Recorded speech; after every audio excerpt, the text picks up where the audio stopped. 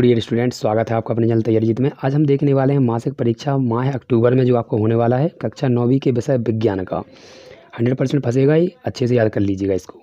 अंक आपके कितने नंबर का? 20 नंबर का। 4 प्रश्न आपके दिए हैं ऑब्जेक्ट क्वेश्चन, इनको देख लेते हैं सबसे पहले। यदि आप चैनल पर पहली बार आए हैं चैनल को सब्सक्राइब कर लीजिए ताकि इसी प्रकार के आपको पेपर यहाँ पर सोल्यूशन मिलते रहें। ठीक है, तो यहाँ पर देखिए पहला क्वेश्चन लिखा है आपका, 2 या 2 से अधिक परमाणुओं का समूह क्या कहलाता है?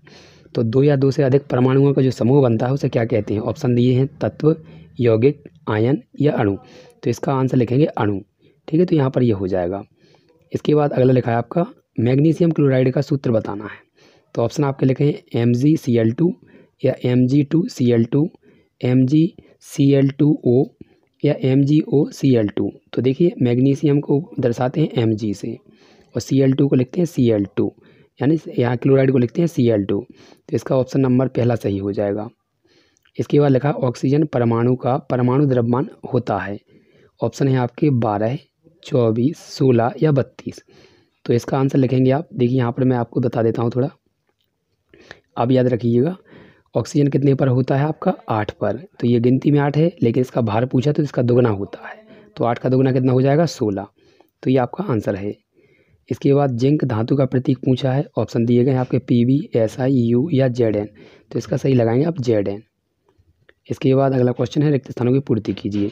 तो देखिए क्या लिखा है, पहले पढ़ लेते हैं अच्छे से। तो यहाँ पर दिए गए हैं, तो यहाँ पर लिखा हाइड्रोजन के समस्थानकों की संख्या होती है, तो इसमें भरेंगे आप 3।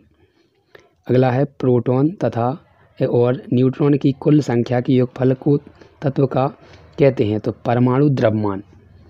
कार्बन परमाणु की परमाणु संख्या होती है, तो कार्बन कितने पर होता है? 4 पर।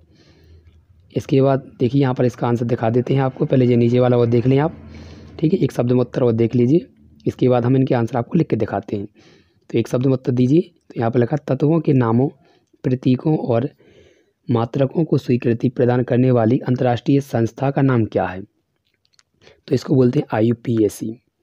इसके बाद है कॉपर नाइट्रेट यौगिक का रासायनिक सूत्र बताना है। तो देखिए इसका दिखा देते हैं आपको आंसर। तो ये आपके रिक्त स्थानों की पूर्ति कीजिए वाले हैं। पहले में आपको 3 भरना था, दूसरे में भरना है परमाणु द्रव्यमान और तीसरे में भरना है आपको 4।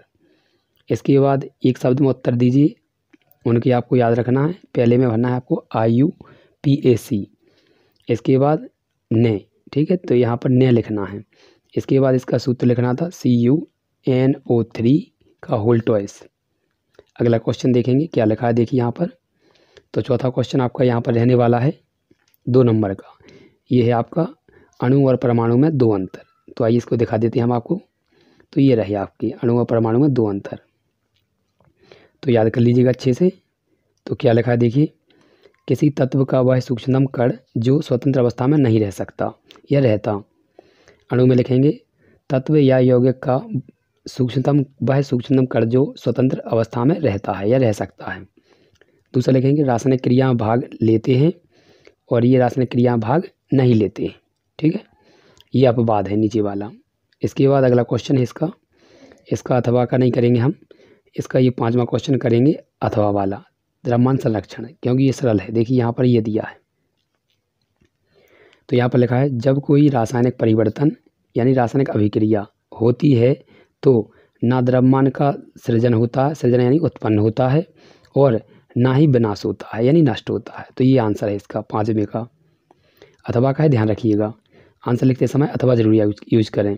इसके बाद अगला क्वेश्चन देख लीजिए क्या लिखा है। तो ये 6वां क्वेश्चन दिखा है आपका। तो इसका हम अथवा का लिखेंगे समस्थानिक और समभारिक में अंतर लिखना है कोई 3। इसके बाद इसमें लिखेंगे रदरफोर्ड वाला 7वें में। तो देखिए दिखा देते हैं आपको। तो ये अंतर है आपके, कोई 3 याद करने हैं इनमें से।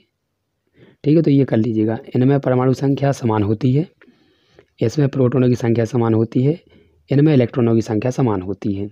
ठीक है, तो ये 3 पॉइंट लगातार याद कर लीजिएगा दोनों साइड के, तो याद हो जाएंगे आपको। ठीक है, इनमें से आप कोई भी 3 याद करेंगे क्योंकि उसमें 3 ही कहा है, वो ये 6वें का अथवा का आंसर है।